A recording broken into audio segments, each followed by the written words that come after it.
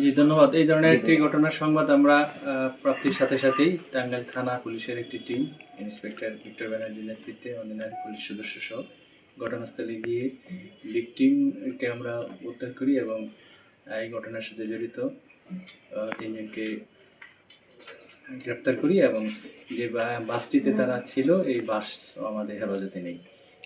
এই সংক্রান্তে একটি মামলা রুজু প্রক্রিয়া দিই এবং ভিকটিমকে দ্বারা জবানবন্দি গ্রহণ সহ মেডিকেল সহ অন্যান্য কার্যক্রম প্রক্রিয়া চলছে। জি, যে ঘটনাটার সূত্রপাত গত রাত 11:30টার দিকে ঢাকা থেকে ঢাকা সাভারের রেডিও কলোনি থেকে তার গন্তব্যে যাওয়ার উদ্দেশ্যে সাভার পরিবহনের একটি বাসে চড়ে এই বাস তাকে তার নির্দিষ্ট গন্তব্যে না নামিয়ে বিভিন্ন জায়গায় ঘুরে ফিরে শেষে টাঙ্গাইল থানার এই আমাদের যেখানে ঘটনাস্থল সেখানে যাকে উদ্ধার করলাম করটিয়া বাইপাসে এখানে নিয়ে আসে। পরবর্তীতে আমাদের প্রথমে হাইওয়ে পুলিশ নিকটস্থ কাছাকাছি দূরত্বে ছিল, তারা সংবাদ পায় বা তাদের কাছে সাহায্য চাই ভিকটিম। তারপর হাইওয়ে পুলিশ উদ্ধার শেষে আমাদের সংবাদ দিলে আমাদের থানা টিমও গিয়ে আমরা অংশগ্রহণ করি এবং ভিকটিমকে হেফাজতে নিই, আসামিকে হেফাজতে নিই।